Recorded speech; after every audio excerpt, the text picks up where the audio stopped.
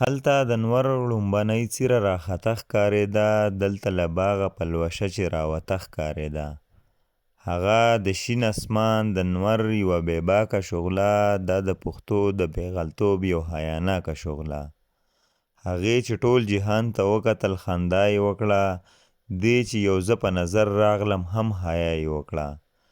خدایږو زما په ځای که حور وې زیږېدلی به وې، که احساس ګل وې دغه ګل نه شرمېدلی به وې.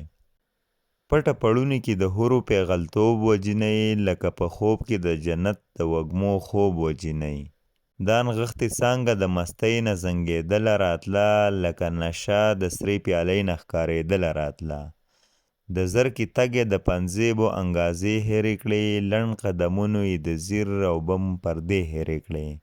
د زړه درزا مې دلته جلته سره ښکلې شوله، چې دا مې خوا کې تېرېده نو ساه نیولې شوله.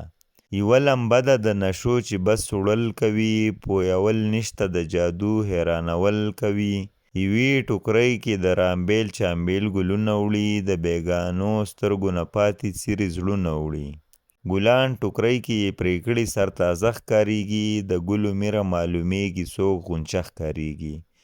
زړه په حملو نظر لیواله چې د چا د جینۍ، څوک د او څنګه د والله چې معما د جینۍ. د ګلو باغ کې د سحر سبا باغوانه به وي، ګلان ټوکرۍ کې خرڅولو ته روانه به وي. له ګل غوټو به چا خوږو ته امیلونه جوړ کړي، ملالې سترګې به یې زړونو کې داغونه جوړ کړي. لکه د زرکې چې مهین د خوند رفتار کوي، ګله چا ګلو ته ګلونه وړي تلوار کوي. خو نه له کلي په څنګ تېره شوه باغوانه نه ده، هغه د شاړې ته ورځي په چا هریانه نه ده. چالې څه بل غوندې شو نوره ګړندۍ شوه غوټۍ، په شا شا ګوري څه شکمنه غرڅنۍ شوه غوټۍ.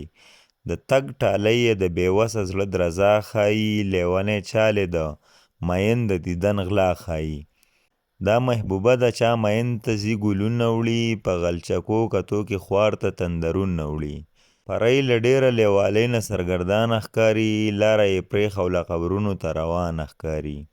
جوړ منجوره د بابا ته یې ګلونه راوړل، په ختې ورځې خپلې سترګې مشالونه راوړل. نه تنکۍ پیغله ځي بابا ته د ښه بخت دپاره، ګلونه وړي د چا د مینې د منښت دپاره. په نرمو ګوتو به بابا باندې ګلونه کېږدي، ورته پرانیستي به نیمګړي ارمانونه کېږدي. یوه د مینې باډیوه ده چې خزو کې ګرځي، لکه د حورو خوب راغلی وي ژوندو کې ګرځي. هغه د ودرېده راپرېوته خوره وره شوه، ګلونه مخکې ګلدلۍ لاړه زره زره شوه. د یو خړکي قبر د پاسه دردانه پرېوته، په اوده بخت دا د پیرونو خزانه پرېوته. رامبیل چامبیل خواره واره څه لر څه بر پراته، په یو خزه مین ویښته د دې د سر پراته. لیوالې پیغلې و د نوي قبر څنګ نیولی، د مرګ بادی و د ژوندون د نشو رنګ نیولی.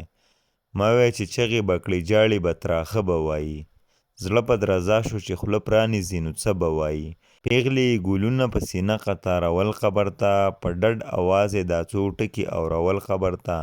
شهیده خور دې په ګولو سوري ټټر نه قربان، چې پرې اسونه دنګېدلي هغه سر نه قربان. خدایه سپرلی کړې چې دا سرې وینې ګلونه شي بیا، د خویندو میندو لوپټې سره نشانونه شي بیا. اجمل خټک.